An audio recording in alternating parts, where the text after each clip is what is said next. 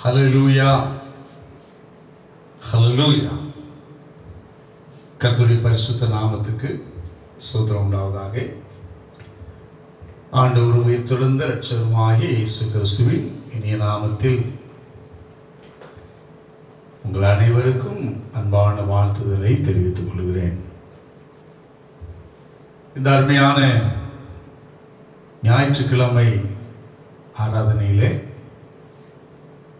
பங்கு பெற வந்திருக்கக்கூடிய ஒவ்வொருவரின் மேலும் பரிசுத்த ஆவியானவர் இன்றைக்கு சூழ்ந்து கொள்வாராக. இந்த ஆராதனையை ஆரம்பிப்பதற்கு நாம் முதலாவது கண்களை மூடி நாம் ஜெபித்து ஆரம்பிப்போம். எங்கள் நேச கர்த்தரே, உன்னதங்களில் வாசம் செய்கிற சர்வ வல்லமையுள்ள தேவாதி தேவனே, உடைய பரிசுத்த நாமத்துக்கு மகிமை உண்டாகும்படி நாங்கள் ஜெபிக்கிறோம். உடைய பரிசுத்த நாமத்துக்கு மகிமை செலுத்தும்படியாய் எங்கள் உள்ளத்தின் ஆழத்திலிருந்து ஸ்தோத்திர பலிகளை செலுத்துகிறோம். ஆண்டவரே, இந்த அருமையான பரிசுத்த ஆராதனையை நீர் எங்களுக்கு ஆசீர்வதித்து கொடுக்கும்படி நாங்கள் ஜெபிக்கிறோம். ஆரம்பம் முதல் முடிவு பரியந்தமும் ஒவ்வொரு பகுதியை, துதி ஆராதனையின் பகுதி, செய்தியின் பகுதி, எல்லாவற்றையும் நீர் ஆசீர்வதித்து தார். பிள்ளைகள் எந்தெந்த நோக்கத்திலே உடைய சமூகத்திலே தங்களை தாழ்த்தி இருக்கிறார்களோ, இந்த ஆராதனை விடுவதற்கு முன்பதாக அவர்களுக்கு அத்தனை நன்மையான ஈவுகளை ஆண்டவரே நீர் கட்டளையிடும்படி நான் ஜெபிக்கிறேன். பரிசுத்த ஆவியானவருடைய ஆளுகைக்கு இப்பொழுது அடியேனையும் எங்களையும் கேட்கிற பிள்ளைகளையும் அர்ப்பணித்து ஜெபிக்கிறேன். ஆவியானவரே, நீர் இறங்கி வருவீராக. இப்படி ஆளுகைக்கு காத்திருக்கிறோம். இப்படி பரிசுத்த சட்டையினாலே எங்களை மறைத்துக் கொள்ளும்.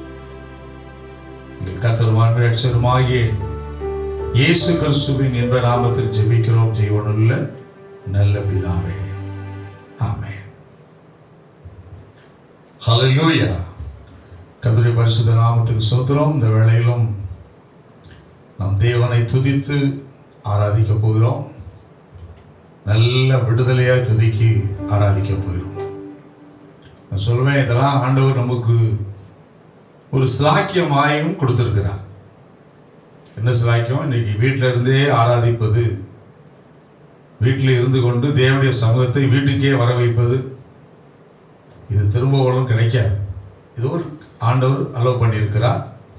ஆகையினாலே இதை ஒவ்வொரு குடும்பமும் நீங்கள் நன்றாய் பயன்படுத்திக் கொள்ளுங்க. தயவுசெய்து சொல்கிறேன், துதி பாட்டு தானே, ஆராதிக்கட்டும், அவங்க பாட்டு பாடட்டும், அந்த வேலையெல்லாம் முடிச்சுட்டு வந்துடுறேன். எனது வேலையிலே பார்ப்பது, அமைதியாக எங்கே உட்கார்ந்திருப்பது, அப்படி இல்லாதபடிக்கு நீங்கள் செய்யக்கூடிய காரியங்கள், தேவ சமூகத்திலே நீங்கள் அமர்ந்திருக்கிற காரியங்களை நான் பார்க்க முடியாது. ஆனால் ஆண்டவருடைய பார்வை தேவனுடைய கண்களுக்கு முன்பதாக எல்லா வெட்டமும் வெளிச்சமா இருக்கும். இது தேவ சமூகம், இது பரிசுத்த ஆராதனை ஆரம்பிக்கிற நேரம். ஆகையினாலே நான் உங்களிடத்தில் தாழ்மையாய் சொல்லுகிற காரியம், நீங்கள் யாவரும் அமர்ந்து ஆண்டவருடைய சமூகத்தில் அமர்ந்து நல்ல ஆண்டவர் துதித்து பாடி நம் தேவனை மகிமைப்படுத்துவோம். அல்லேலூயா, ஹல்லேலூயா. ஆராதனைக்கு நேராக கடந்து செல்வோம். முதலாவதும் கூட சிங்கக்கெபியில் நான் விழுந்தேன் என்ற பாடலை உற்சாகமாய் கைகளை தட்டி பாடுவோமா?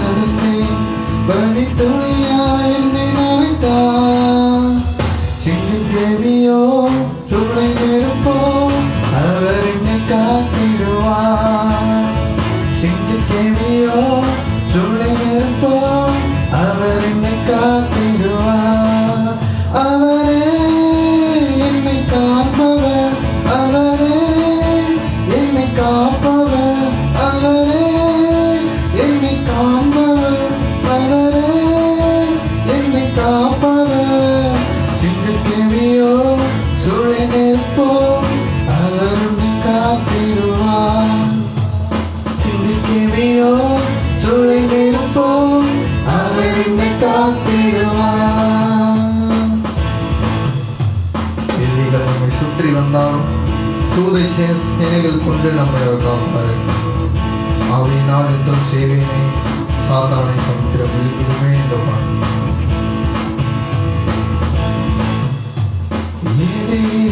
சுற்றி வந்தாலும் தூத சேனைகள் கொண்டு காப்பாரே. எதிரிகள் சுற்றி வந்தாலும் சேனைகள் கொண்டு என்னை காப்பாரே. ஆவியினால் யுத்தம் செய்வேனே, சாத்தானை சமுத்திரம் விளங்குமே. ஆவியினால் யுத்தம் செய்வேனே, சாத்தானை சமுத்திரம் விளங்குமே. அவரே என்னை காண்பவர், அவரே என்னை காப்பவர், அவரே என்னை காண்பவர், அவரே என்னை காப்பவர். சிங்கக்கெபியோ சொல்லி நிற்போம், அவர் என்னை காத்திடுவார். சிங்கக்கெபியோ சொல்லி நிற்போம், அவர் என்னை காத்திடுவார். சிங்கக்கெபியில் நான் விழுந்தேன், அவர் என்னோட வந்திருந்தார். சுட்டரிக்கும் அக்கினியில் நடப்பேன், வழித்துணையாய் என்னை நடந்தார். சிங்கக்கெபியோ அவர் என்னை காத்திடுவார். சிங்கக்கெபியோ சொல்லி நிற்போம், அவர் என்னை காத்திடுவார். ராஜ்யம் எனக்குள்ளே வந்ததா, சூழ்ச்சிகள் ஒன்றும் செய்யாதே. ராஜ்யம் எனக்குள்ளே வந்ததா, சூழ்ச்சிகள் ஒன்றும் செய்யாதே. அற்புதம் எனக்காக செய்பவர், என்னை அதிசயமாய் வழி நடத்துவார். அற்புதம் எனக்காக செய்பவர், அதிசயமாய் வழி நடத்துவார். அவரே என்னை காப்பவர், அவரே என்னை காப்பவர், அவரே என்னை காப்பவர், அவரே என்னை காப்பவர்.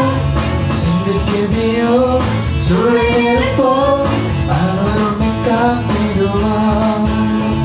சிங்கக்கெபியோ சொல்லி நிற்போம், அவர் உன்னை காத்திடுவார்.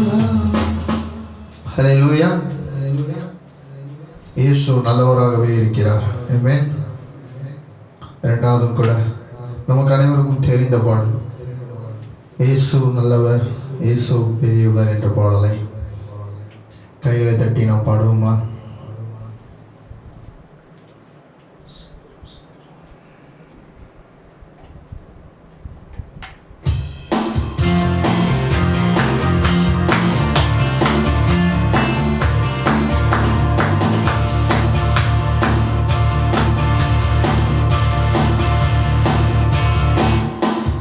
இயேசு நல்லவர், இயேசு பெரியவர், இயேசு உன்னதர், சர்வலோகத்தின் ஆண்டவர். இயேசு உன்னதர், சர்வலோகத்தின் ஆண்டவர். நல்லவர், பெரியவர், சர்வ வல்லவர். இயேசு நல்லவர், பெரியவர், சர்வ வல்லவர். வியாதியால் வருந்திடும் உனக்கு சுகம் தரும் தெய்வம் நம் இயேசு. வியாதியால் வருந்திடும் உனக்கு சுகம் தரும் தெய்வம் நம் இயேசு. சாபங்கள் யாவையும் மன்னித்து உன்னை வாழ வைக்கும் தெய்வம் இயேசு. சாபங்கள் யாவையும் மன்னித்து உன்னை வாழ வைக்கும் தெய்வம் இயேசு. இயேசு நல்லவர், இயேசு பெரியவர், இயேசு உன்னதர், சர்வலோகத்தின் ஆண்டவர். இயேசு பெரியவர், சர்வலோகத்தின் ஆண்டவர். நல்லவர், பெரியவர், சர்வ வல்லவர். இயேசு நல்லவர், பெரியவர், சர்வ வல்லவர். வியாதியால் வருந்திடும் உனக்கு சுகம் தரும் தெய்வம் நம் இயேசு. வியாதியால் வருந்திடும் உனக்கு சுகம் தரும் தெய்வம் நம் இயேசு. சாபங்கள் யாவையும் மன்னித்து உன்னை வாழ வைக்கும் தெய்வம் இயேசு. சாபங்கள் யாவையும் மன்னித்து உன்னை வாழ வைக்கும் தெய்வம் இயேசு. இயேசு நல்லவர், இயேசு பெரியவர், இயேசு உன்னதர், சர்வலோகத்தின் ஆண்டவர்.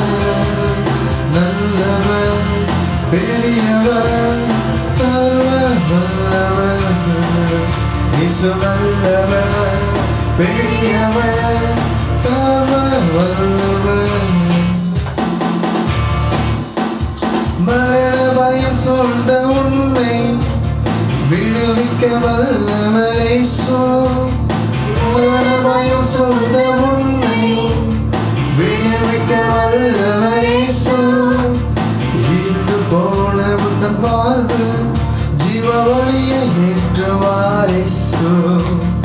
இன்று போல உந்தன் வாழ்வை ஜீவ வழியை ஏற்றுவார் இயேசு. இயேசு நல்லவர், இயேசு பெரியவர், இயேசு உன்னதர், சர்வலோகத்தின் ஆண்டவர். இயேசு உன்னதர், சர்வலோகத்தின் ஆண்டவர். நல்லவர், பெரியவர், சர்வ வல்லவர். இயேசு நல்லவர், பெரியவர், சர்வ வல்லவர். ஹல்லேலூயா.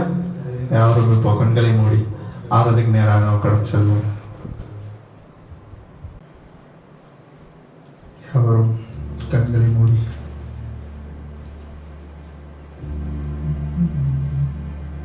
தேவனை நேரெடுப்போமா? உண்மையே நான் அன்பு செலுத்துவேன் ஆண்டவரே என்று.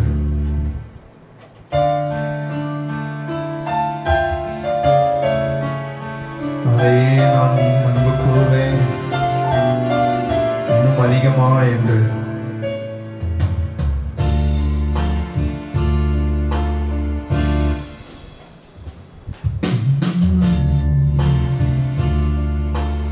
எபினேசரே எபினேசரே இதுவரையில் உதவி நீரே. எபினேசரே எபினேசரே இதுவரையில் உதவி நீரே. இதுவரையில் உதவி நீரே. உம்மை முழு உள்ளத்தோடு ஆராதிப்பேன். முழு பலத்தோடு அன்பு கூறுவேன். உம்மை முழு உள்ளத்தோடு ஆராதிப்பேன். முழு பலத்தோடு அன்பு கூறுவேன். ஆராதனை ஆராதனை ஆராதனை ஆராதனை ஆராதனை ஆராதனை. யெகோவா ரஃபா யெகோவா ரஃபா சுகம் தந்தீரே நன்றி ஐயா. யெகோவா யெகோவா ரஃபா சுகம் தந்தீரே நன்றி ஐயா. சுகம் தந்தீரே நன்றி ஐயா. உம்மை முழு உள்ளத்தோடு ஆராதிப்பேன். முழு பலத்தோடு அன்பு கூறுவேன். ஆராதனை ஆராதனை ஆராதனை ஆராதனை அன்பு கூறுவேன். இன்னும் அதிகமாய் ஆராதிப்பேன். இன்னும் ஆர்வமாய் அன்பு கூறுவேன். இன்னும் அதிகமாய் ஆராதிப்பேன். இன்னும் ஆர்வமாய் உம்மை முழு உள்ளத்தோடு ஆராதிப்பேன். முழு பலத்தோடு அன்பு கூறுவேன். ஆராதனை ஆராதனை ஆராதனை ஆராதனை ஆராதனை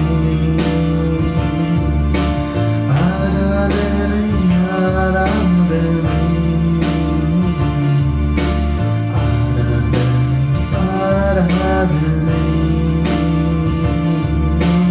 ஆராதனை ஆராதனை ஆராதனை. உங்க அன்பே போதும். உங்க கிருபை போதும். உங்க தயவே போதும். நீரே போதும். உங்க அன்பே போதும். உங்க கிருபை போதும். தயவே போதும். நீரே போதும். உலகில் வாழும் நாட்கள் எல்லாம்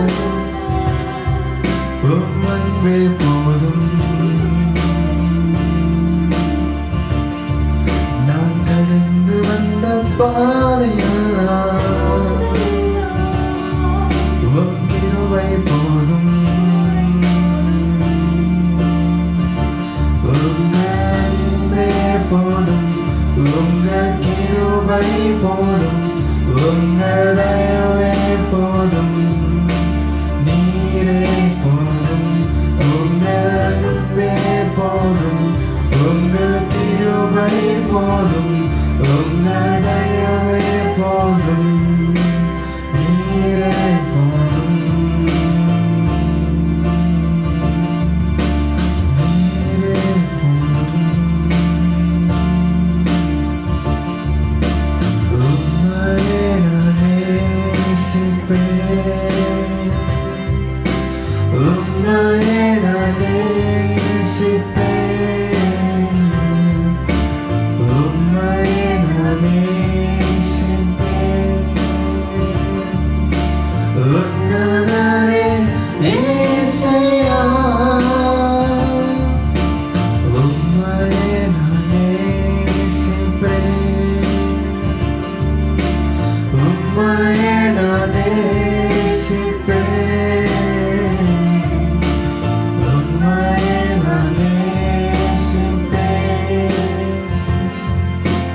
உன்னதரே ஏசையா, நீரே போதும், நீரே போதும், நீரே போதும் இயேசுவே, நீரே போதும், நீரே போதும், நீரே போதும் இயேசுவே.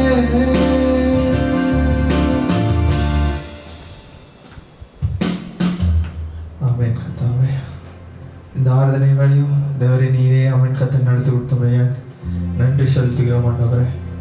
மீதியான வேலையும் நீர் பொறுப்பேற்று பாதுகாத்துக்கோ. இயேசு நாமத்தின் நல்ல பிதாவே, ஆமென். கர்த்தருடைய பரிசுத்த நாமத்துக்கு மகிமை உண்டாதாக.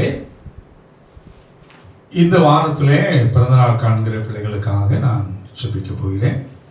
பிறந்தநாள் காண்கிற பிள்ளைகள் நீங்கள் எழுந்து நின்று கொள்ளலாம். மகா இரக்கமும் பரிசுத்தமுள்ள பிதாவே, உமக்கு கொடான கோடி ஸ்தோத்திரங்களை ஏறெடுக்கிறோம். இன்றைய நாள் பிறந்தநாள் காண்கிற அருமையான பிள்ளைகளுக்காக நான் ஜெபிக்கிறேன். எரேமியாவின் புஸ்தகம் 33ஆம் அதிகாரம் 6வது வசனத்தை நான் பிள்ளைகளுக்கு கொடுத்து ஆசீர்வதிக்கிறேன். இதோ நான் அவர்களுக்கு சௌக்கியமும் ஆரோக்கியமும் வரப்பண்ணி அவர்களை குணமாக்கி அவர்களுக்கு பரிபூரண சமாதானத்தையும் சத்தியத்தையும் வெளிப்படுத்துவேன். இந்த அருமையான வாக்குத்தத்த வசனத்தை கொடுத்து இந்த ஆண்டு பிள்ளைகள் சௌக்கியமாய் வாழவும் ஆரோக்கியமாய் வாழவும் எந்த விதமான சத்துருவின் வல்லமை தொடாதபடிக்கு பாதுகாத்து பரிபூர்ண சமாதானத்தினாலும் அருமையான பிறந்தநாள் காண்கிற பிள்ளைகளை ஆண்டவரே நீ நிரப்பி ஆசீர்வதிக்கும்படி நான் ஜெபிக்கிறேன். இப்படி பரிபூர்ண ஆசீர்வாதங்கள் பிள்ளைகள் மேல் இப்பொழுதிருந்து தங்கி தாபிருப்பதாக. யாரெல்லாம் எந்த இடத்துல இருந்தாலும் இந்த ஆசீர்வாதம் அப்படியே பிள்ளைகள் இறங்கி ஆண்டவரை பலிக்கும்படி நான் ஜெபிக்கிறேன். காத்துக்கொள்ளும் இயேசுவின் நாமத்தின் நல்ல பிதாவே, ஆமென், ஆமென். இரண்டாவது, திருமண நாள் காண்கிற பிள்ளைகள் இருப்பீர்கள் என்று சொன்னால் அவர்களும் கூட நீங்கள் எழுந்து நின்று கொள்ளலாம். உங்களுக்காக நான் ஜெபிக்க போகிறேன்.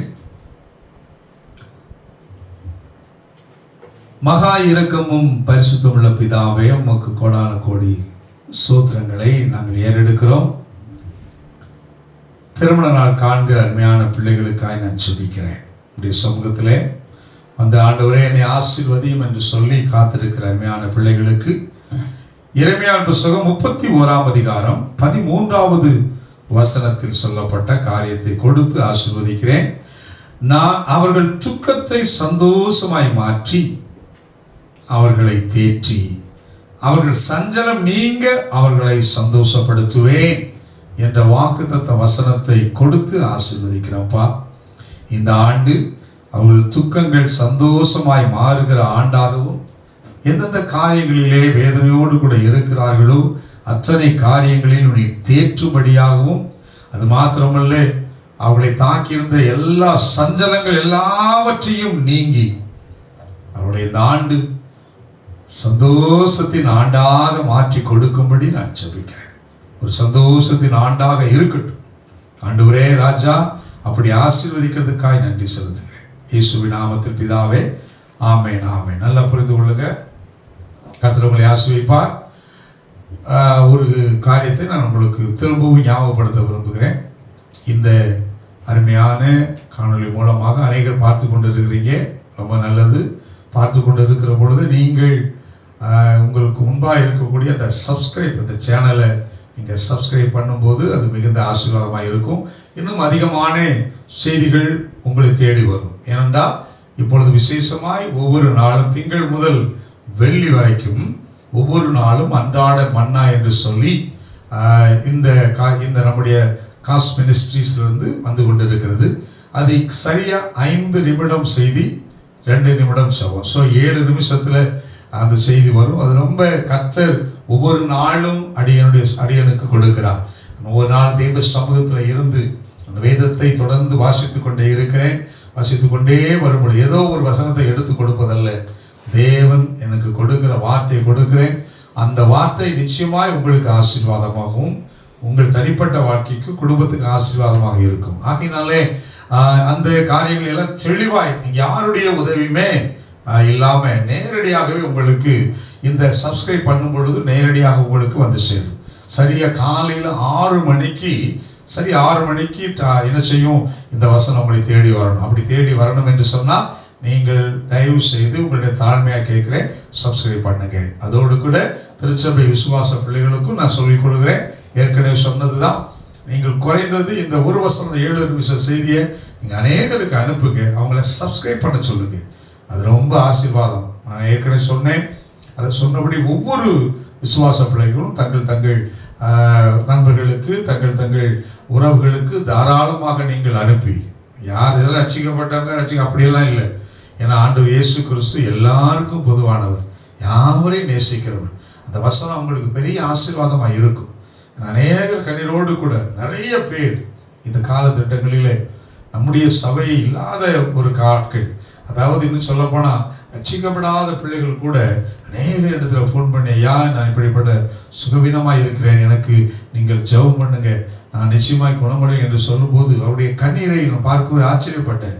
இப்போ இப்படிப்பட்ட ஜனங்களும் தேடி வந்து ஃபோன் பண்ணுறாங்க. காரணம் என்ன தெரியுமா? ஆண்டவர் இயேசு கிறிஸ்து சுகம் அளிக்கிறவர். ஆகையினால தான் சொல்கிறான், ஆண்டவர் இந்த காலத்திட்டத்திலே ஆண்டவர் இயேசு எல்லாருக்கும் சுகத்தை கொடுக்கணும். அவங்களுடைய சமூகத்தில் அவங்க வீட்டுக்குள்ளே தேவனுடைய வார்த்தை கடந்து போய் அவங்களை தேற்ற போகுது, வேற எதுவுமே இல்லை.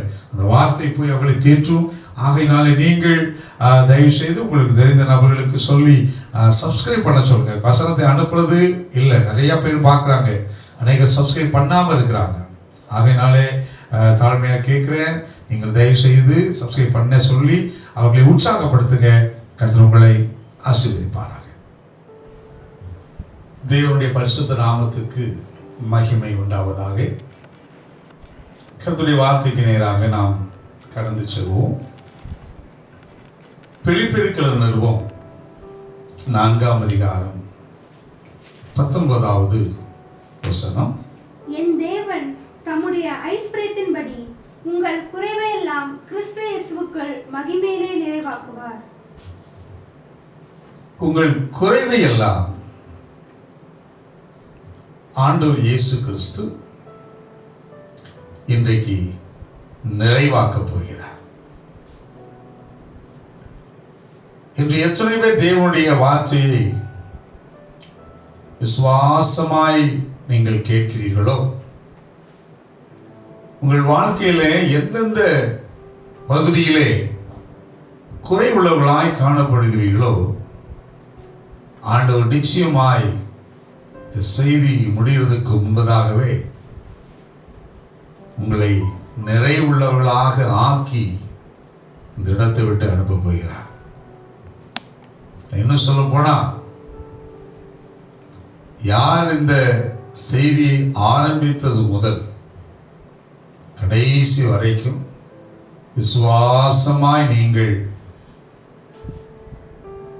கேட்கும் பொழுது, கேட்கிறவர்களாய் காணப்படும் பொழுது, ஆண்டவர் நிச்சயமாய் உங்கள் குறைவுகள் எல்லாவற்றையும் அவர் நிறைவாக்குவார். வசனத்தில் ஆழ்ந்த சத்தியங்கள் இருப்பதை நாம் பார்க்க முடியும். வேதம் சொல்லுகிறது இங்கிலீஷ், ஆங்கிலத்தில், my God shall supply all your need according to his riches. உன் தேவைகள் எல்லாவற்றையும் அவரே கொடுக்கிறார். எப்படி கொடுக்கிறார் என்றால், அவரிடத்தில் இருக்கும் ஐஸ்வர்யத்திலிருந்து கொடுக்கிறார். எவ்வளவு கொடுக்கிறார்? நீங்கள் நிறைவடைகிற வரைக்கும் கர்த்தர் கொடுக்க வல்லவராயிருப்பார்.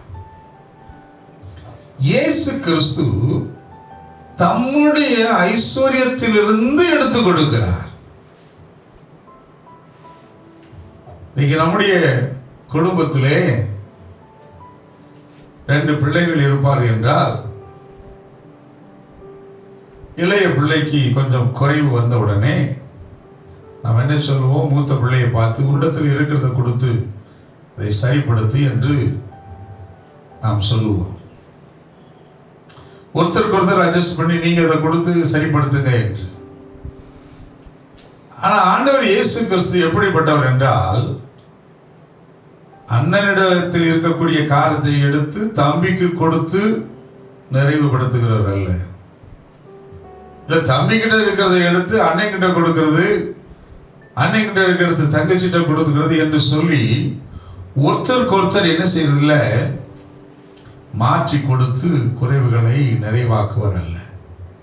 வசனம் நல்ல பாருங்க, தம்முடைய ஐஸ்வர்யத்தின்படி ஆண்டவர்கிட்ட இருக்கிற ஐஸ்வர்யத்தை எடுத்து அவர் கரத்தில் இருக்கிற ஐஸ்வர்யத்தை எடுத்து அவர் தமது பண்டக சாலையிலே வைத்திருக்கிற ஐஸ்வர்யத்தை எடுத்து கொடுத்து நிறைவாக்குவார். சிங்க குட்டிகள் தாழ்ச்சி அடைந்து பட்டினியே கிடக்கும். கர்த்தரை தேடுகிறவர்களுக்கோ ஒரு நன்மையும் குறைவிடாது. நான் சொல்வேன், இன்னைக்கு ஆண்டவர் இதை கேட்கிற எல்லாருடைய வாழ்க்கையிலையும் நிறைவை கட்டளையிட போகிறார். அல்லேலூயா. நிறைவான ஆசீர்வாதத்தை இன்றைக்கு அவர் கொடுக்க போகிறார். ஆண்டவருடைய விருப்பமே எப்பொழுதுமே என் பிள்ளைகள் எல்லாம் எல்லாவற்றிலும் நிரப்பப்பட்டிருக்க வேண்டும். எல்லா காரியங்களிலும் நிறைவான ஆசீர்வாதங்களை பிள்ளைகள் உடையவளாய் இருக்க வேண்டும் என்பதே இயேசு கிறிஸ்துவனுடைய விருப்பமாய் இருக்கிறது. இதுல ஒரு தகப்பன் இருக்கிறார். அவருடைய பெயர் காலேப். அந்த தகப்பன் அவருக்கு 4 பிள்ளைகள் இருக்கிறார்கள். 4 பிள்ளைகள், 3 ஆண் பிள்ளைகள், 1 பெண் பிள்ளை. 1 நாளாகமத்தின் புஸ்தகம் 4ஆம் அதிகாரம் 15வது வசனத்திலே நாம் அங்கே அந்த 3 நபரை நாம் பார்க்க முடியும். 3 பேர் சொல்லப்பட்டிருக்கும். 1 நாளாகமும் 4ஆம் அதிகாரம் 15வது வசனம். யெப்புன்னேயின் குமாரனாகிய காலேப்பின் குமாரர் ஈரு, ஏலா, நாகாம். ஏலாவின் குமாரரில் ஒருவன் கேனான்.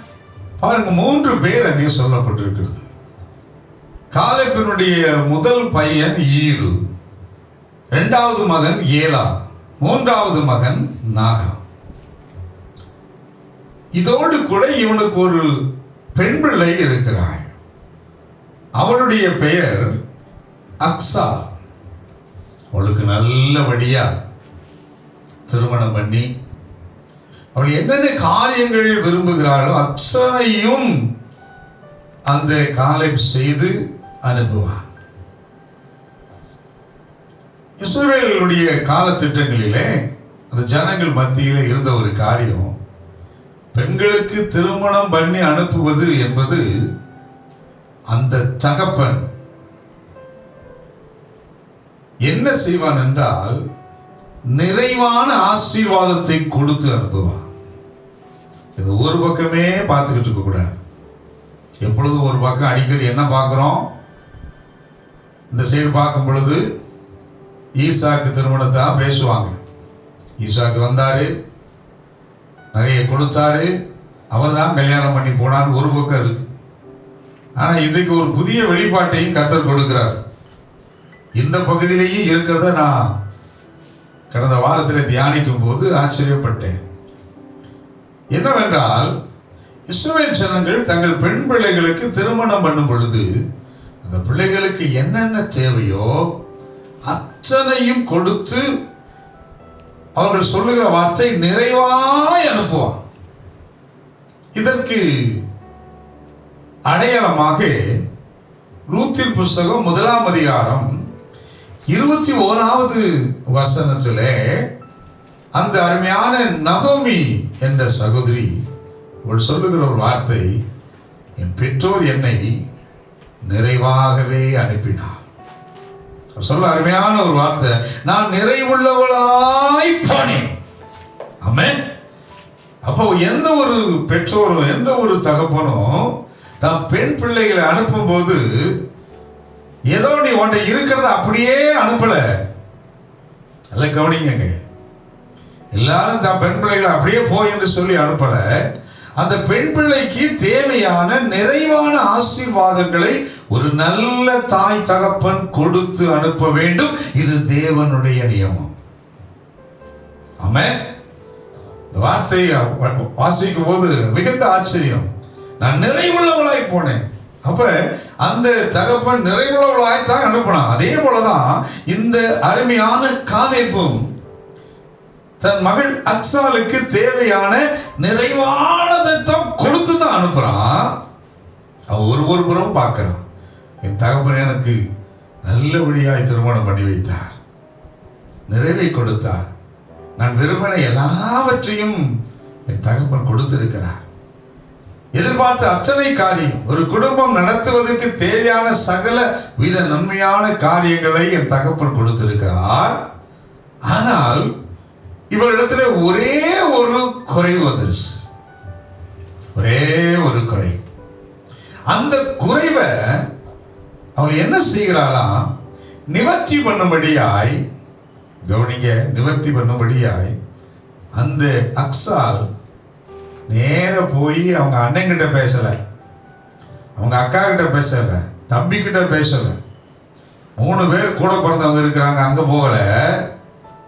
மாறாக அவள் நேர தன்னுடைய தகப்பனிடத்திலே போறா, தன்னை பெற்ற தகப்பனிடத்திலே போறா.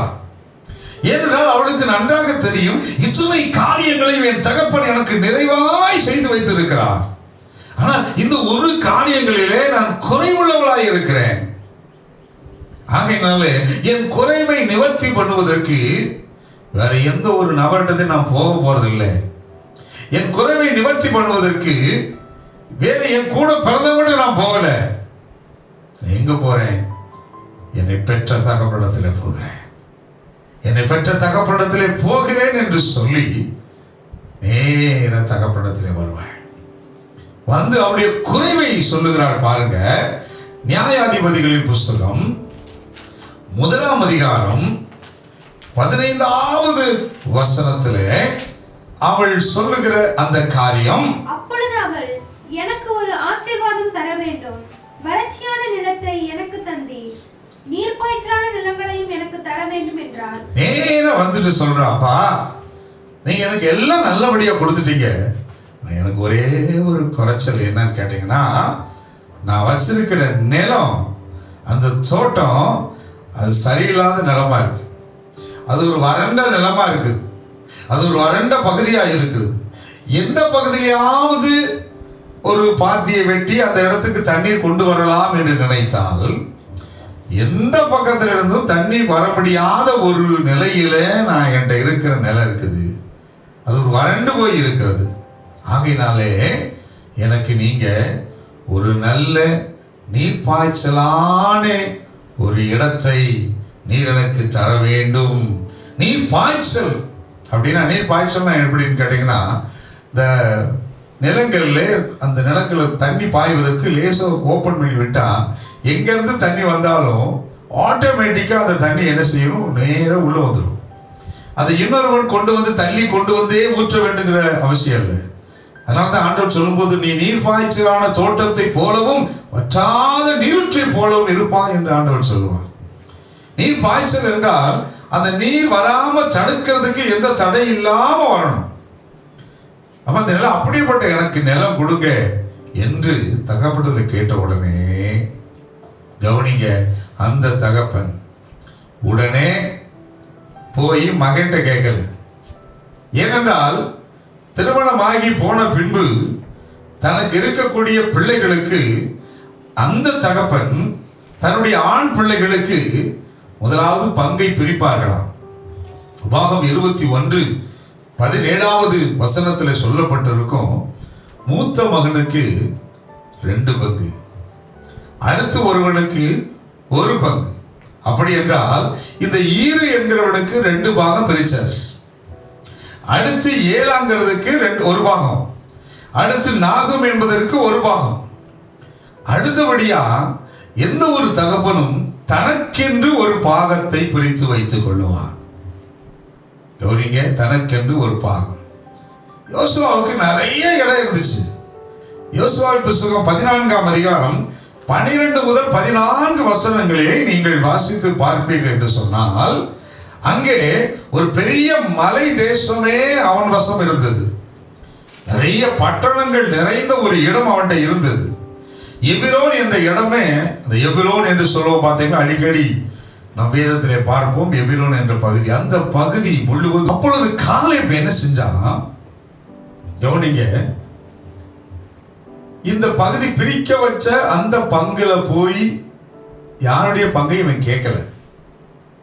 மாறாக காலேப் தன்னுடைய மகளுக்கு தன்னுடைய ஐஸ்வர்யத்தை, தனக்கிருந்த ஒரு பங்கை, தன் பேருக்கு வைத்திருக்கக்கூடிய அந்த பங்கை அதிலிருந்து என்ன செய்யறான், எடுத்து, மகளே நீ குறைவோடு வந்திருக்கிறாய், இந்த குறைவை நிவர்த்தி பண்ணும்படியாய் என்னுடைய பங்கு, இது என்னுடைய ஐஸ்வர்யம், இது என் பேரில் இருக்கிற காரியம், இதை நான் உனக்கு கொடுக்கிறேன் என்று சொல்லி அவன் தன்னுடைய மகளுக்கு நல்ல 2 புறமும் நீர் பாய்ச்சுகிற நீர் பாய்ச்சப்படுகிற நீரோட்டம் உள்ள ஒரு இடத்தை தன் மகளுக்கு கொடுத்தார்.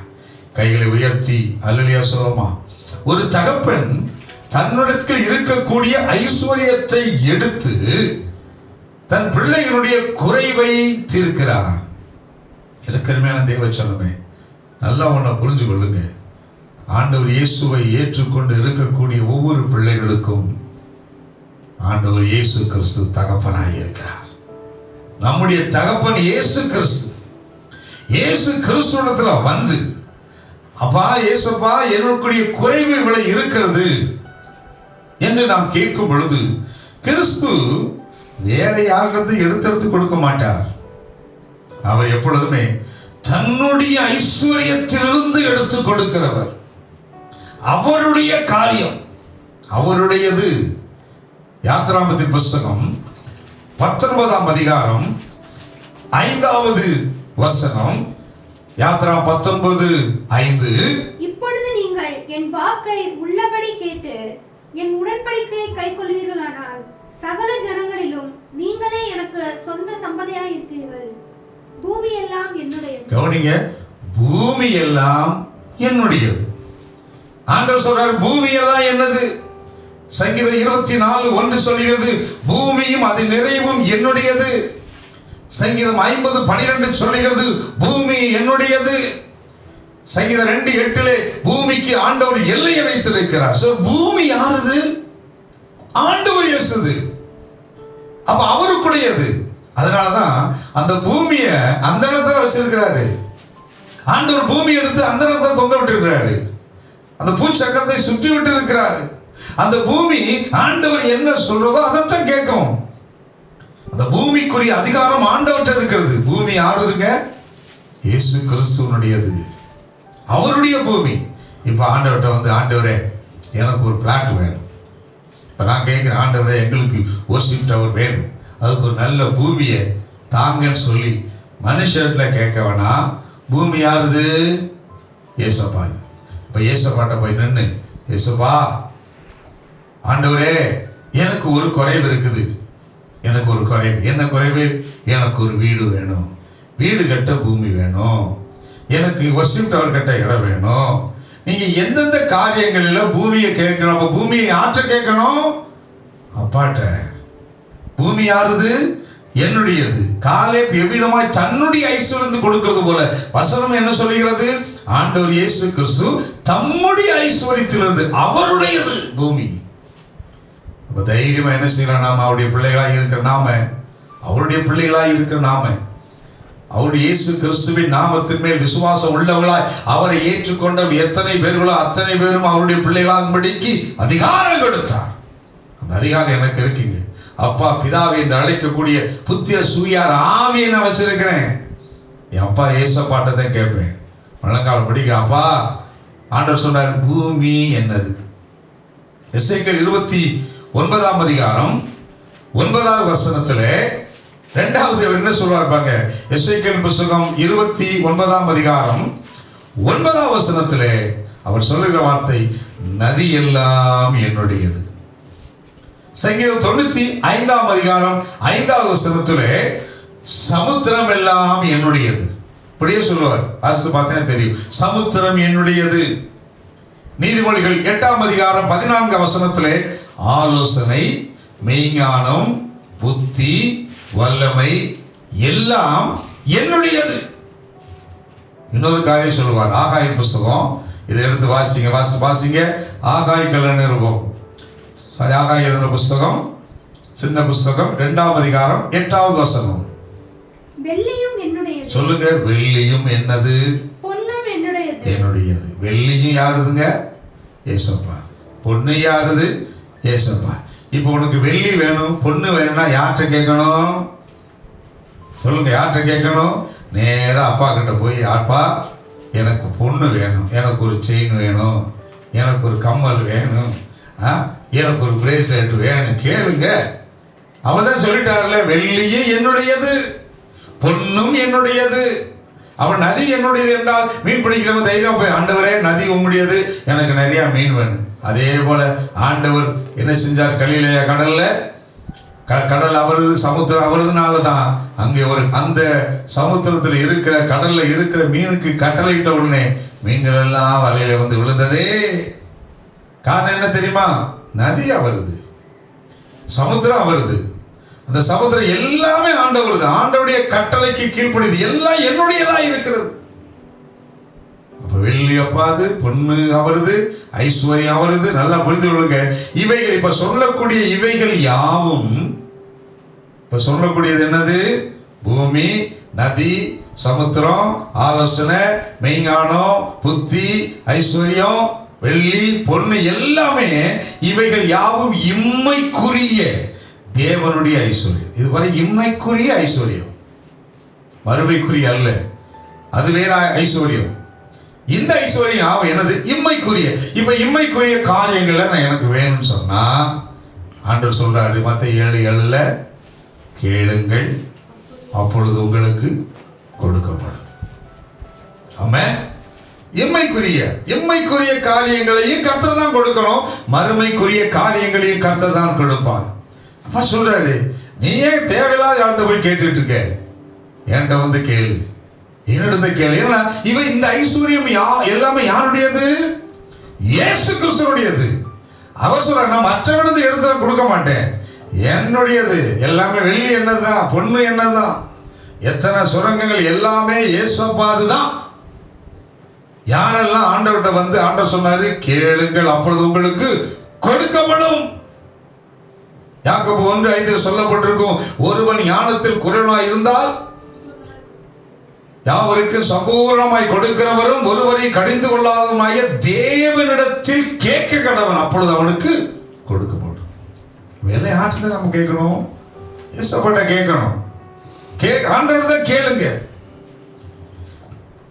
ஒரு ஆச்சரியமான ஒரு காரியம், 3 வசனங்கள் ஒரே மாதிரி வருவதை நாம் பார்க்க முடியும். ஆச்சரியமா இருக்கும். என்ன வசனம்? முதல் வசனம் மத்தேயு எழுதின சுவிசேஷம் 7ஆம் அதிகாரம் 7வது வசனம். எல்லாம் எடுத்துக்கொள்ளுங்க. மத்தேயு 7:7 வாசிங்க.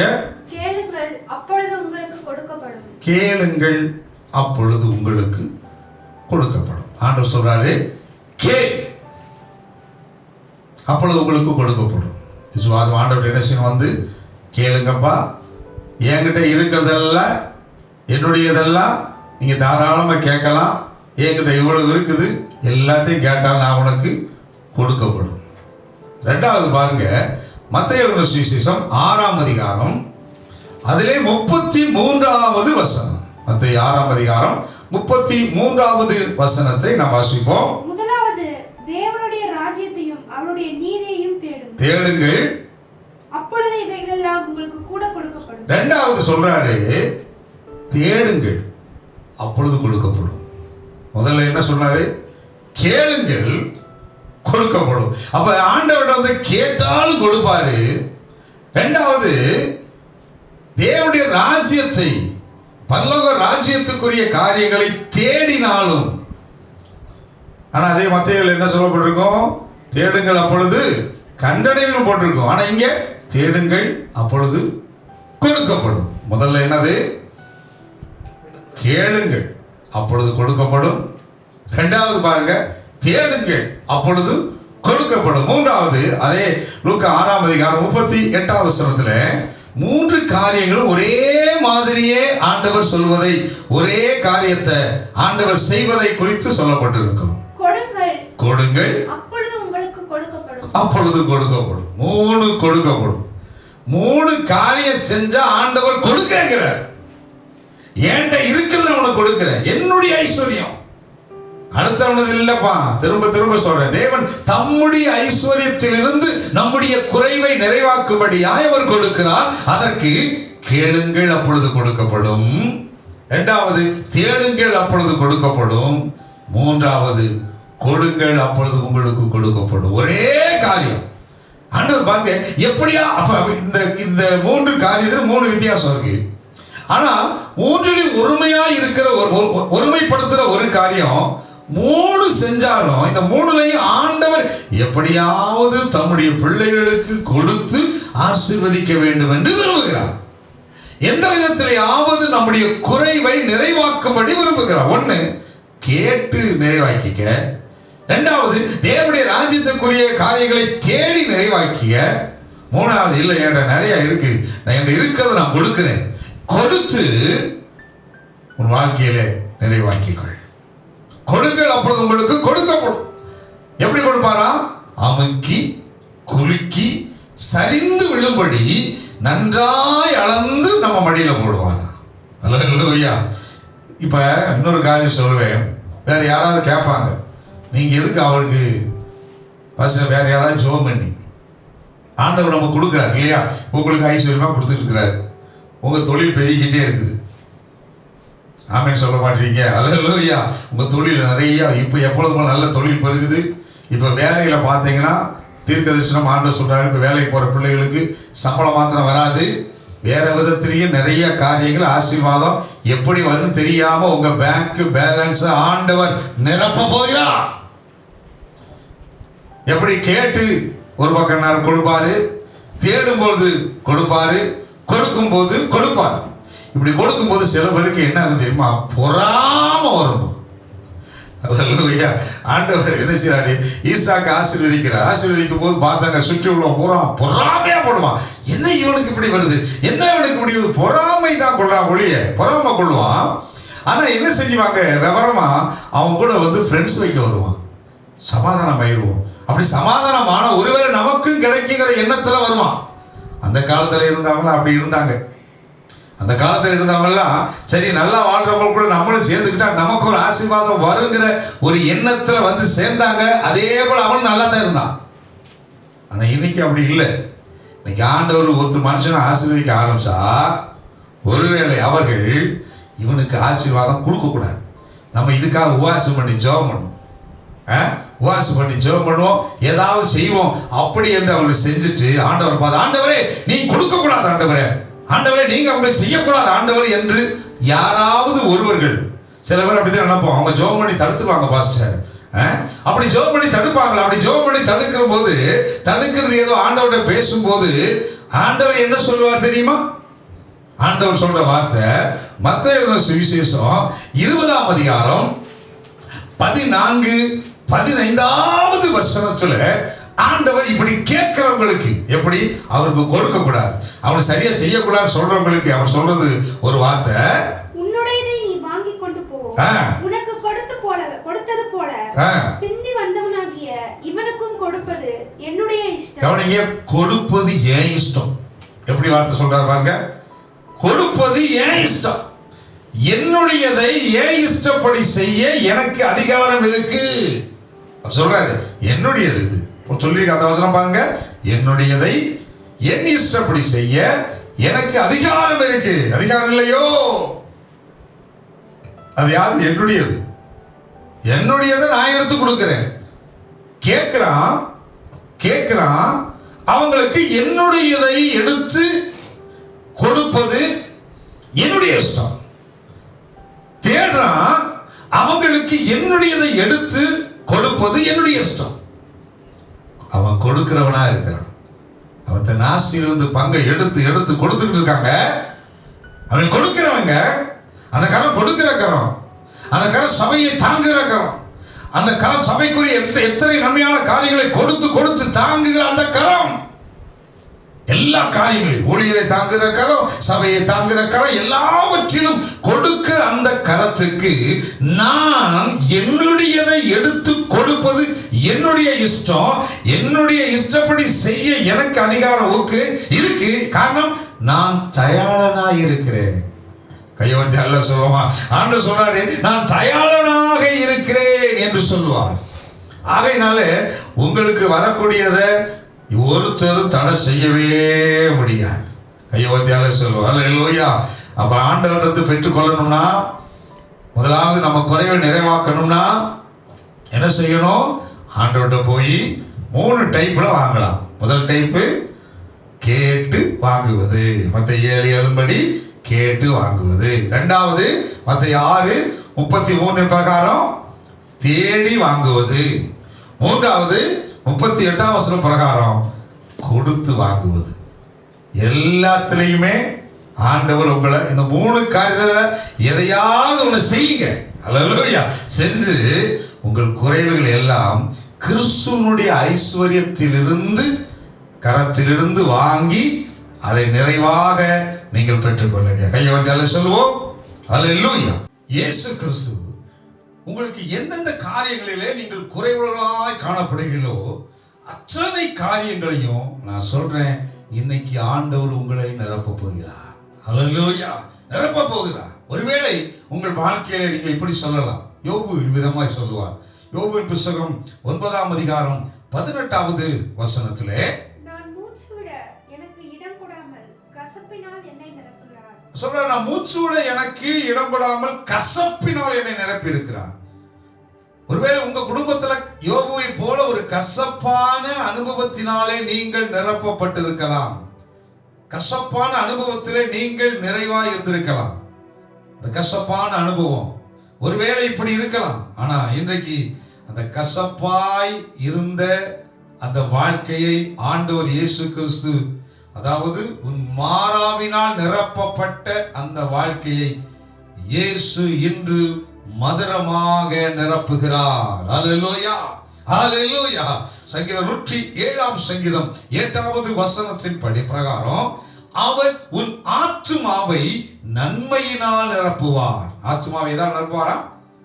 நன்மையினால் நிரப்புவார். சங்கீதம் 17:14 சொல்லுகிறது, பிள்ளை இல்லாத உன் வயிற்றை திரவியத்தினால் நிரப்ப போகிறார். இன்றைக்கு ஆண்டவர் நிரப்ப போகிறார்.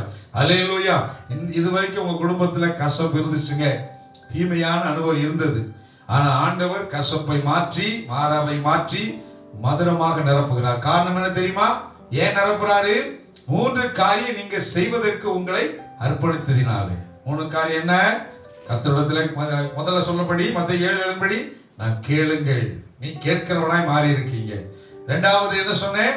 முதலாவது தேடுங்கள், தேவனுடைய ராஜ்யத்தையும் நீதியும் தேடுகளாய் காணப்படுகிறேன் என்று நீங்கள் சொல்ல வேண்டும். மூன்றாவது கொடுக்கிற பிள்ளைகளாய் படுவேன் என்று நீங்கள் சொன்னதுனால ஆண்டவர் சொல்றாரு, நான் கொடுக்க போறேன், நான் நிரப்ப போறேன், மாறாவே மதுரமாய் நிரப்ப போறேன், உன் ஆத்துமாவை நன்மையினால் நிரப்ப போறேன். ஒருவேளை எல்லாம் வந்துருச்சு, இப்ப குடும்பத்தில் ஆசீர்வாதம் வந்துருச்சுங்க, எல்லாம் இறக்குங்க. ஆனா குடும்பத்தில் ஒரு வாரிசு இல்லை, ஒரு பிள்ளை இல்லாத நிலை. என் வயிற்றில் சொல்லுவாங்க, ஒரு புழு பூச்சி கூட தங்கவில்லை என்று சொல்லி அநேகர் சொல்லுவார்கள். புழு பூச்சிகளை தூக்கி போடுங்க. இன்னைக்கு ஆண்டவர் சொல்றாரு, நீ தேவ சமூகத்துல வந்து நிக்கிறதுனால உனக்கு குறைவாய் இருக்கிற குழந்தை இல்லாத ஒரு நிலையை ஆண்டவர் உன் வயிற்றை திரவியத்தினால் நிரப்புவார். ஒரு துன்மார்க்கருடைய குடும்பங்களுக்கே திரவியத்தை கொடுக்கிற தேவன் நம்முடைய பிள்ளைகளுக்கு நன்மையான ஈவுகளை கொடுப்பது அதிக நிச்சயம் அல்லவா? அது மாத்திரமல்ல, எபேசியர் 1:23 பிரகாரம் எல்லாவற்றையும், அந்த வசனம் அருமையான வசனம், வாசிக்கலாம். எபேசியர் நிருபம் 1:23 எல்லாவற்றையும் நிறைவாகிய சரீரமான சபைக்கு அவரை எல்லாவற்றுக்கும் மேலான தலையாக தந்தருளினார். கவனிங்க, எல்லாவற்றையும் எல்லாவற்றாலும் நிரப்புவார். எப்பொழுது, எங்க நிரப்புறார் தெரியுமா? சபைக்குள்ளே நீ இருக்கும் பொழுது. சபைக்கு வெளியே அல்ல. யார் ஒரு சபைக்கு வெளியே நின்றுகிட்டு ஆண்டவர் என்னை நிரப்புவார் என்று சொன்னா நிரப்ப மாட்டாரு. வசனம் அதுதான். சபையினுடைய தலைவர் யாரு? தலை இயேசு. அப்ப சபைக்குள்ள நாம இருந்தா தான் சபையை தான் நிரப்புவார். சபையை நிரப்புறாருன்னா சபைக்குள்ள இருக்கிற நம்ம நிரப்புவார். சபைக்குள்ள நாம் இருக்கும் பொழுதுதான் ஆண்டவர் நம்மை நிரப்புவார். அல்லேலூயா. சபைக்குள்ள வந்து சபையோட ஐக்கியமாய் சபையில மெம்பர்ஷிப்பா இருக்கிற பிள்ளைங்க, சபையில தேவனோடு கூட தேவ சமூகத்திலே காணப்படுகிற அத்தனை பிள்ளைகளுக்கும் தேவ சபையிலே இயேசு தலையாய் இருக்கிறார். அவர் மூலமாக எல்லா குடும்பங்களையும் ஆண்டவர் குறைவுகள் எல்லாவற்றையும் நிறைவாக நிரப்ப வல்லமையுடையவராய் இருப்பார். அல்லேலூயா, அல்லேலூயா. ஆண்டவர் நம்மை நிரப்புகிறவர். அல்ல, கவனிங்க, பழைய ஏற்பாட்டுக்கும் புதிய ஏற்பாட்டினுடைய நிறைவுக்கும் வித்தியாசம் உண்டு. பழைய ஏற்பாட்டிலே நிரப்புகிற நிறைவான அனுபவத்திற்கும் புதிய ஏற்பாட்டிலே ஆண்டவர் இயேசு கிறிஸ்துவின் மூலமாய் வரக்கூடிய நிறைவான அனுபவத்திற்கும் வித்தியாசம் உண்டு.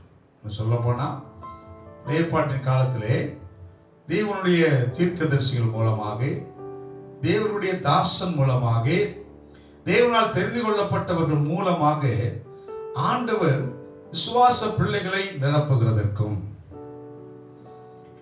புதிய ஏற்பாட்டின் காலத்திலே கிறிஸ்துவின் மூலமாய் பரிசுத்த ஆவியான மூலமாய் அவருடைய பிள்ளைகளை நிரப்புகிறதற்கும் அதிக வித்தியாசம்.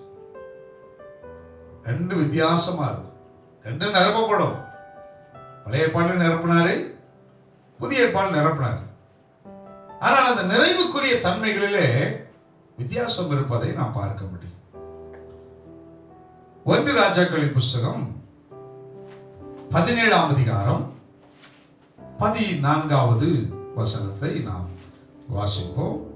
1 ராஜாக்களின் புஸ்தகம் 17ஆம் அதிகாரம் 14வது வசனத்திலே, கர்த்தர் தேசத்தின் மேல் மழையை கட்டளையிடும் நாள் மட்டும் பானையின் மா செலவழிந்து போவதும் இல்லை, கலசத்தின் எண்ணெய் குறைந்து போவதும் இல்லை என்று இஸ்ரவேலின் தேவனாகிய கர்த்தர் சொல்லுகிறார் என்றார். கவனிங்க, தேவன் எலியாவை அனுப்புகிறார். எலியா கடந்து வருகிறார். ஆண்டவர் எலியா மூலமாக அருமையான இந்த சாரிபாத் ஊரில் இருக்கக்கூடிய அந்த குடும்பத்தை, விதவையை, அவருடைய அந்த குடும்பத்தினுடைய குறைவை நிறைவாக்கும்படியாய் கர்த்தரால் அனுப்பப்படுகிறார். கேரித் ஆற்றங்கரையிலே இருந்து அங்கே காகங்கள் மூலம் போஷிக்கப்பட்ட பின்பு தேவனுடைய வார்த்தை எலியாவுக்கு வந்து கர்த்தர் அங்கே அனுப்புகிறார். அங்க வந்த பொழுது அந்த வசனத்தை நல்லா பாருங்க, புரியும். கர்த்தர் தேசத்தின் மேல் மழையை கட்டளையிடும் நாள் மட்டும். இந்த பானையில மாவு நிரம்பி இருக்கும். பானையில மாவு எப்படி இருக்கும்? நிறைவா இருக்கும். பானை நிறைய மாவு இருக்குங்க. ஆண்டவர் அந்த பானையை நிறைச்சு வச்சுட்டார், நிறைவே கொடுக்கிறார் இருக்கும். ரெண்டாவது பக்கத்துல என்ன இருக்குது? ஒரு கலசத்துல எண்ணெய் இருக்கு, அது நிறைவா இருக்கு. இதுல ஒரு காரியம், நீ கேட்க பார்த்தாலும் நான்ஸ்டிக்கு வாங்கி எண்ணெய் போடாமல் சாப்பிட்றோன்னு சொல்லி சாப்பிட்ற ஒரு காரியம் இருக்கு. ஆனால் ஆண்டவருடைய திட்டம் என்னன்னு பார்த்தீங்களா? அப்போ சுடும்போது அப்பத்துக்கு பக்கத்தில் எண்ணெய் தான் போட வேண்டி இருக்குது. எண்ணெயை சுடணுன்னு தான் கர்த்தர் ஆசீர்வதிக்கிறார். கொஞ்சம் எண்ணெயா லேசாக போடணும். தலைக்கு எண்ணெய் பூசுகிறார். உன் தலைக்கு எண்ணெய் குறையாமல் இருப்பதாக பாரு. தலைக்கு எண்ணெய் பூசுறது இல்லை, சாப்பாட்லையும் சரியா எண்ணெய் சேர்த்துக்கிறது இல்லை. அப்புறம் ஸ்கின் எப்படி நல்ல ஷைனிங்காக இருக்கும்? ஸ்கின்ல எப்படி இருக்கும்? சொல்லையாதே இருக்கும். எங்க பார்த்தாலும் பாருங்க, எண்ணெய் ரொம்ப ரொம்ப முக்கியம். ஒருவன் வியாதியாக இருந்தால் மூப்பர்களை வரவழைப்பானாக. அவர் என்ன செய்வாரு? எண்ணெய் தான் பூசுவார். எல்லாத்திலையும் எண்ணெயை முக்கியத்துவப்படுத்தி வைக்கிறார். ஒரு வீட்டில் குறையக்கூடாது 2 காரியம். என்ன காரியம்? ஒன்று மாவு குறையக்கூடாது, 2வது எண்ணெய் 2 இருந்தாவே அட்ஜஸ்ட் பண்ணி சாப்பிட்டு போயிடுவோம். அதனாலதான் கர்த்தர் அதை பார்க்கிறார். மற்ற காரியங்கள் இருக்கும் இல்லையோ என்று சொல்லி இங்க சொல்லப்பட்ட அந்த காரியத்துல பானையில மாவு நிறைஞ்சிருக்குது. அந்த நிறைவு என்பது ஒரு குறிப்பிட்ட காலம் வரைக்கும் தான். கலசத்துல எண்ணெய் நிரம்பி இருக்குது, ஆண்டுடைய ஆசீர்வாதம் வருது. கலசத்தை அந்த எண்ணெய் அந்த கலசத்தில் நிறைக்க வேண்டுங்கிற ஆசீர்வாதம் வருது. ஆனால் அந்த நிறைவின் ஆசீர்வாதம் எது வரைக்கும் என்றால் ஒரு குறிப்பிட்ட காலம் வரைக்கும். என்ன குறிப்பிட்ட காலம் வரைக்கும்? கர்த்தர் தேசத்தின் மேல் மழையை கட்டளையிடும் நாள் மட்டும்தான். பழைய ஏற்பாட்டின் காலத்திலே தேவனுடைய தீர்க்கதரிசியின் மூலமாக ஒரு குடும்பத்துக்கு வரக்கூடிய ஆசீர்வாதம் ஒரு குறிப்பிட்ட காலம் வரைக்கும் நிறைந்து இருக்கும். அதுக்கப்புறம் மாவு குறைய ஆரம்பிச்சு, அதுக்கப்புறம் எண்ணெய் குறைய ஆரம்பிச்சு. இதுதான் பழைய ஏற்பாட்டினுடைய ஆசீர்வாதம். அவ்வளவுதான். அது வரைக்கும். அதுக்கப்புறம் நீ ஏர்ன் பண்ணி என்ன செய்யணும்? சம்பாதித்து செய்யணும். 2வது ஒரு காரியம், 2 ராஜாக்களின் புஸ்தகம் 4ஆம் அதிகாரம் 6வது வசனத்திலும் நாம் அதை பார்க்க முடியும். அங்கே எலிசா தீர்க்கதரிசியின் மனைவி, அங்கே ஒரு ஆலோசனை வரும். அந்த பாத்திரங்கள் நிறைந்த பின் அவள் தன் மகன் ஒருவனை நோக்கி, இன்னும் ஒரு பாத்திரம் கொண்டு வா என்றாள். அதற்கு அவன், வேறே பாத்திரம் இல்லை என்றால். அப்பொழுது எண்ணெய் நின்று போயிற்று. 2வது பாருங்க, ஒரு தீர்க்கதரிசி இருக்கிறார். அவர் தன்னுடைய வாழ்க்கையிலே கடனை வாங்கி விட்டார். அதன் நிமித்தம் அவருக்கு 2 ஆண் பிள்ளைகள் இருக்கிறார்கள். அந்த ஆண் பிள்ளைகளை அடிமைப்படுத்தும்படியாக கடன் கொடுத்தவன் வருகிறான். எனவே இந்த சகோதரி நேர எலிசாவிடம் போய், ஆண்டவரே, தீர்க்கதரிசியின் புத்திரனுடைய மனைவியாய் இருக்கிறேன். அவர் உம்மிடத்திலே இருந்தவர். ஒரு கடன் வாங்கிட்டார். கடன் கொடுத்தவன் என் பிள்ளையை அடிமைப்படுத்தும்படியாக வந்திருக்கிறான். நான் என்ன செய்வது என்று கேட்கிறான். அதை விட்டுட்டு, ஐயா ஒரு 1 லட்சம் ரூபாய் கடை வாங்கிட்டார், வட்டியும் வந்துருச்சு, நான் எப்படி அடைக்க போறேன்னு தெரியல, நீங்க ஒரு 2 லட்சம் ரூபாய் கொடுத்தீங்கன்னா நான் போய் அடைச்சிட்டு வருவேன். அப்படி கேட்கல, அப்படி கேட்கவும் கூடாது. அப்படி கேட்கிற எண்ணமும் நமக்கு வரக்கூடாது. அப்படியே கேட்டாலும் என்கிட்ட எல்லாம் இருக்காது. அல்லேலூயா. பேதுரு சொன்ன மாதிரி என்னிடத்தில் உள்ளது என்ன தெரியுமா? வெள்ளி இல்ல, பொண்ணும் இல்ல, ஏசப்பா இருக்கிறார். அதாவது நிறைவான ஆசீர்வாதத்தை கொடுக்கிற ஏசப்பாவை கொடுக்கிறேன். அதுதான் என் வேலை. ஒருபோதும் அப்படி நினைக்கப்படாது. ஆமென். அல்லேலூயா. கர்த்தர் நல்லவர். அவர் சொல்றாரு, அப்படியா, உன்கிட்ட என்ன இருக்கு, உன்னிடத்தில் என்ன இருக்கிறது என்று கேட்ட உடனே சொல்றாரு, என்கிட்ட என்ன இருக்கு. ரைட், போ, அந்த எண்ணெயை நான் ஆசீர்வதிக்கிற சொல்லிட்டு அனுப்பிச்சிட்டார். இப்போ இந்த அம்மா பக்கத்து வீட்டு பாத்திரமெல்லாம் வாங்கி வரிசை அடிக்கிடுச்சு. எண்ணெய் ஊத்த ஊத்த ஊத்த ஒரு பாத்திரம் நிரம்பி நிரம்பி நிரம்பி நிரம்பி வருது. அந்த அந்த அம்மா கேட்குது மகனை பார்த்து, கதவை அடைச்சிருக்கிற மகனை பார்த்து, வேற ஏதாவது பாத்திரம் இருக்கா? எல்லாத்தையும் நிரப்பிட்டேன். அவன் சொல்றான், இல்லை இல்லை என்ற உடனே நின்று போச்சு. ஒன்று. இன்னொன்று, இப்ப நிரம்பி இருக்கிற பாத்திரம் அவ்வளவுதான். இனி புதுசா ஒரு பாத்திரத்தை நிறைக்க கிடையாது. இருக்கிற பாத்திரத்தில் நிறைச்சிருக்கு, அதை வச்சுதான் அதை விற்று கடன் அடைக்கணும் ஒழிய அதை எடுத்து விற்கும் போது திரும்பவும் அந்த பானையில என்ன வராது. எப்ப இல்லைன்னு சொன்னானோ, எப்ப இல்லைங்கிற வார்த்தை அந்த குடும்பத்துல வந்துச்சோ, கவனிக்கிறீங்க நினைக்கிறேன், எப்ப இல்லைங்கிற வார்த்தையை நீங்க சொல்லிக்கிட்டே இருந்தீங்க. வசனத்தை மனப்பாடம் பண்ணீங்களா? பண்ணல. இல்ல. கர்த்தருக்குரிய காரியங்களை செய்தீங்களா? இல்ல. தேவ சமூகத்துக்கு காணப்படலையா? இல்லை. இப்படி இல்லை இல்லை இல்லை சொல்லும் போதே ஒரு குறிப்பிட்ட காலம் அதோட நின்று போச்சு. இந்த நிறைவு அதோடு நின்று போனது.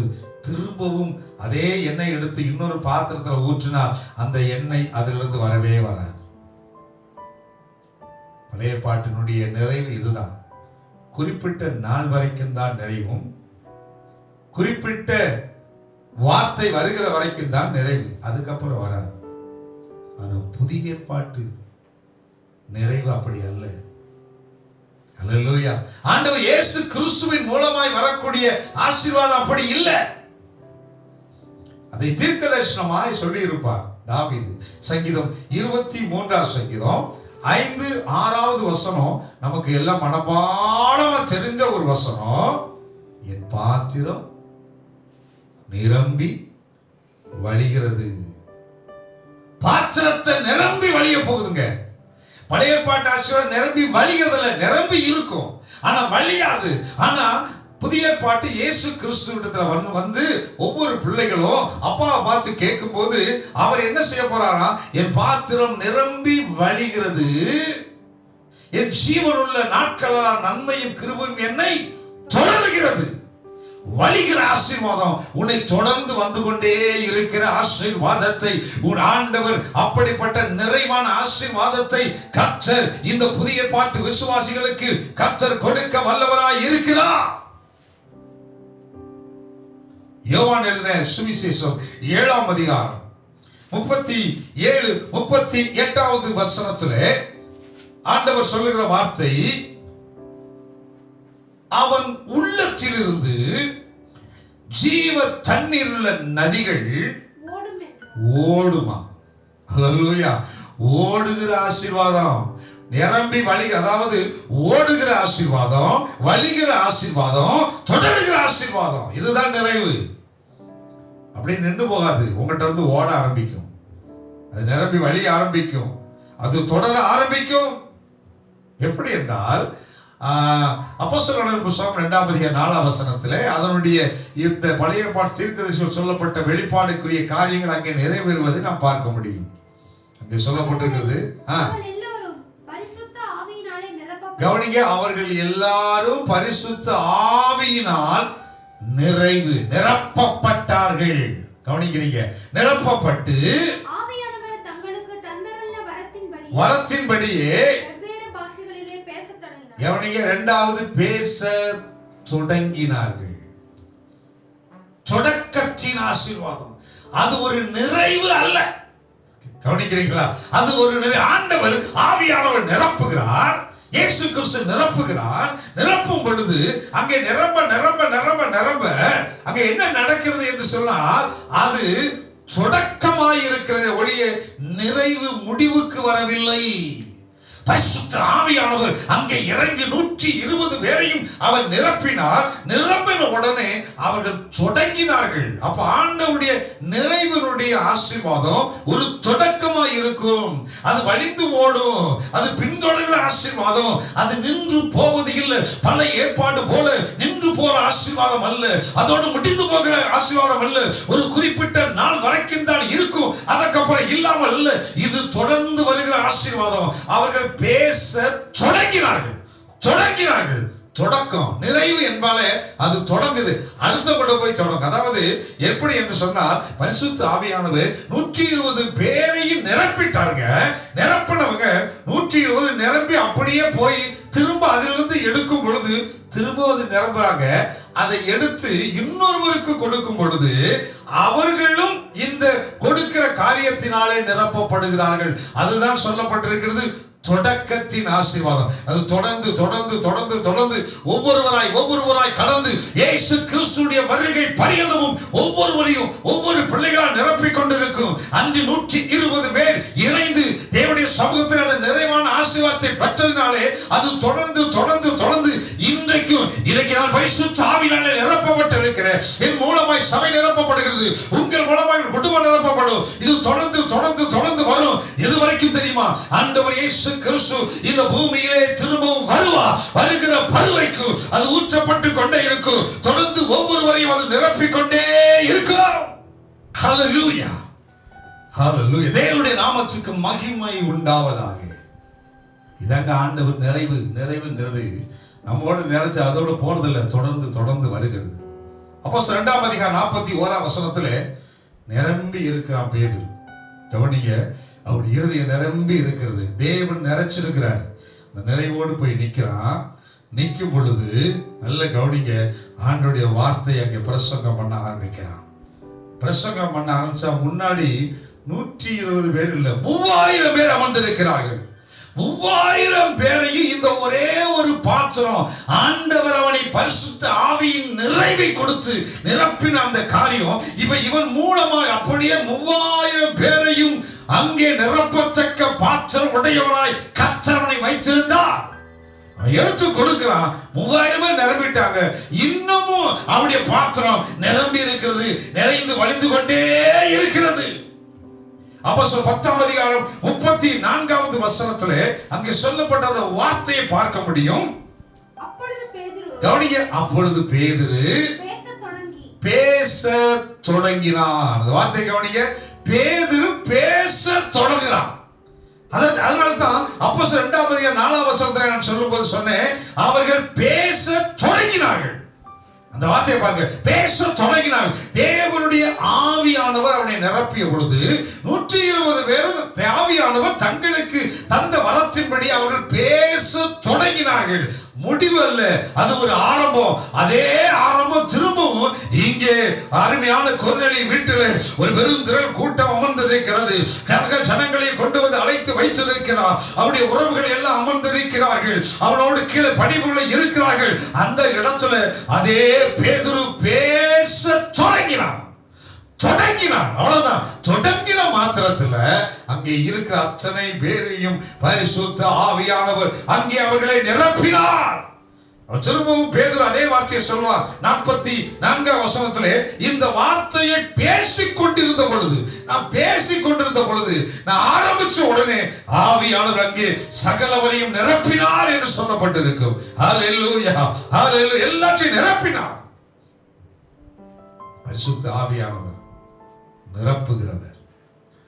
அவர் உள்ளத்திலிருந்து ஜீவநதிகள் புறப்பட்டு போய்கொண்டே இருக்கும். ஹல்லேலூயா. ஆண்டவர் நம்ம நிரப்பிட்டார்னா, உங்களை நிறைச்சிட்டார்னா அப்படியே இருக்காது. உங்களிடத்திலிருந்து பக்கத்து வீட்டுக்கு போகும், இடதுபுறம் போகும், வலதுபுறம் போகும். அப்படியே நிரப்பி நிறைவு நிறைவு நிறைவு. அதுதான் பழைய ஏற்பாட்டுக்கு நிறைவுக்கும் புதிய ஏற்பாட்டு நிறைவுக்கும் உள்ள வித்தியாசம். தேவன் தம்முடைய ஐஸ்வர்யத்தின்படி நம்மை நிறைவு செய்ய வல்லவராய் இருக்கிறார். கையோர்த்தி அல்ல சொல்லுவோமா? ஹல்லேலூயா. ஒரு மனிதனுடைய வாழ்க்கையிலே குறைவு எப்படி வருகிறது, ஏன் வருகிறது? ஒன்று. இன்னொன்று, அந்த குறைவை நிறைவாக்க ஒரு மகன் என்ன செய்தார், அதை நாம் அடுத்த வாரம் தியானிப்போம். கண்களை மூடி நாம் ஜெபிப்போம். ஹல்லேலூயா.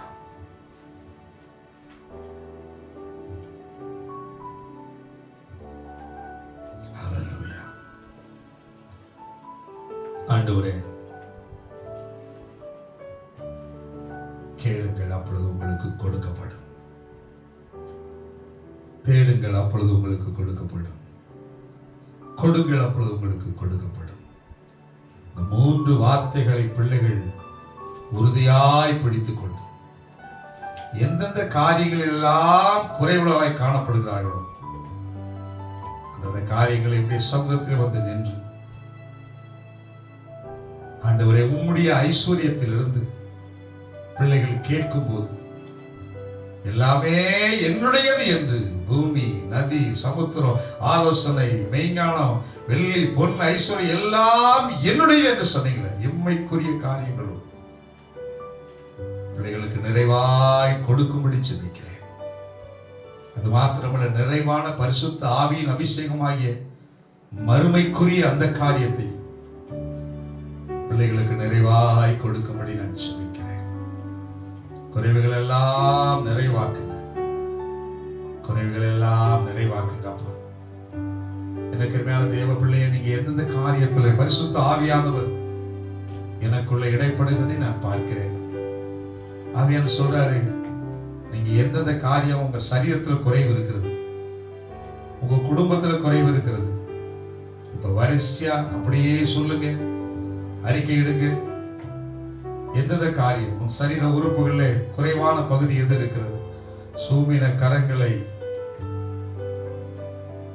நல்ல கரமாய் மாற்றின தேவன், கல்லான இருதயத்தை எடுத்து சதையான இருதயத்தை கொடுக்கிற தேவன், குஷ்ட ரோகங்களை மாற்றுகிற தேவன், என்ன வியாதியா இருந்தால் குணமாக்குகிற சர்வவல்லமையுள்ள தேவன், சரீர உறுப்புகள் காது செவிடா இருந்தாலும் கேட்க வைக்கிற தேவன், கண்ணு கூடா இருந்தாலும் பார்க்க வைக்கிற தேவன்.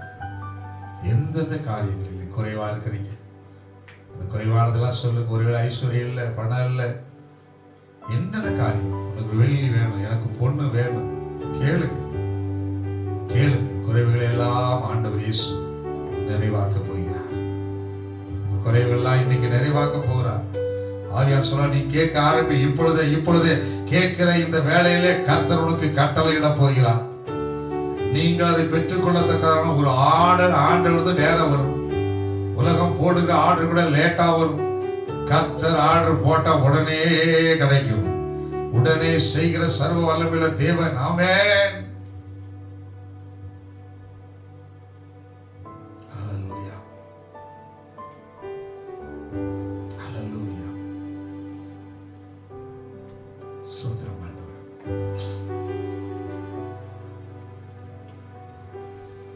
ஹல்லேலூயா. குறைவில்லாமல் நிறைவான ஆசீர்வதிக்கு கொடுக்கிற தேவன். ஆண்டவர் பார்த்து சொல்லுங்க, ஆண்டவரே, நான் உங்களை தான் பார்க்கிறேன், நீங்க தான் என்னுடைய குறைவை நிறைவாக்கணும், நீங்க தான் என் குறைவை நிறைவாக்கணும். உங்க கண்கள் எல்லாம் ஆண்டவரை நோக்கி பார்க்கட்டும். ஹல்லேலூயா. உண்மைதான் நான் பார்க்கிறேன் ஆண்டவரே. பிரகாசம் அடையணும். பிரகாசம் அடைதல் என்றால் பெற்றுக்கொள்கிற காரியம். நீங்க ஆண்டவர் நோக்கி பார்க்கிற, அவர் நோக்கி கேட்கிற எல்லாருக்கும் தேவன் அற்புதம் செய்ய போகிறார். உம்மைத்தான் நான் பார்க்கின்றேன், பிரகாசம் அடைகின்றேன். சொல்லுங்க எல்லாரும் சேர்ந்து, ஆண்டவரே, உம்மைத்தான் நான் பார்க்கிறேன், உம்மைத்தான் நான் பார்க்கிறேன் ஆண்டவரே. அல்லேலூயா. உம்மைத்தான் நான் பார்க்கின்றேன், பிரகாசம் அடைகின்றேன். உம்மைத்தான் நான் பார்க்கின்றேன், பிரகாசம் அடைகின்றேன். அவமானம் அடைவதில்லை அப்பா, நான் உமது பிள்ளை. அப்பா, நான் உமது பிள்ளை. ஒரு நாளும் அவமானம் அடைவதில்லை அப்பா, நான் உமது பிள்ளை. ஒரு நாளும் அவமானம் அடைவதில்லை. உம்மைத்தான் நான் பார்க்கின்றேன், பிரகாசம் அடைகின்றேன். உம்மைத்தான் நான் பார்க்கின்றேன், பிரகாசம் அடைகின்றேன். உடைந்த நொந்த உள்ளத்தோடு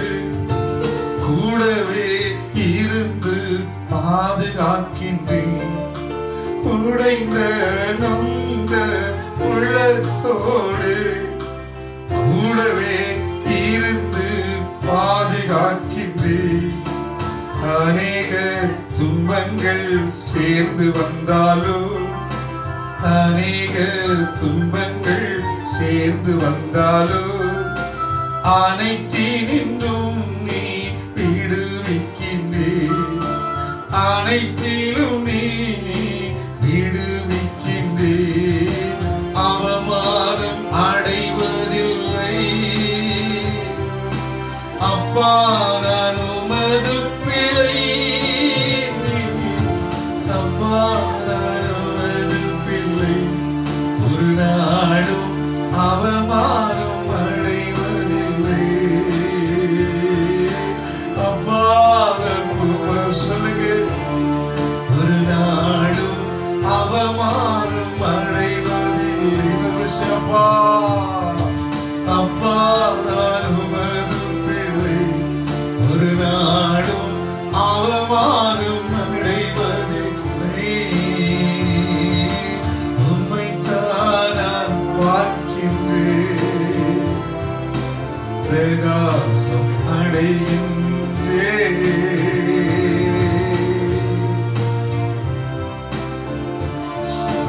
ஆண்டவரே, நம்மை நோக்கி பார்த்திருக்கிறப்பா,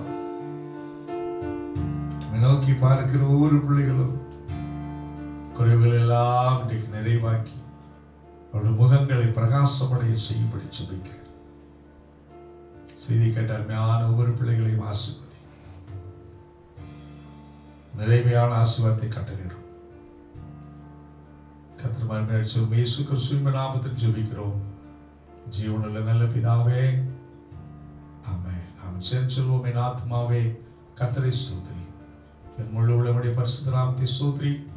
என் ஆத்மாவே கர்த்தரை ஸ்தோத்திரி, கர்த்தர் செய்த சகல வாரங்களையும் மறவாதே.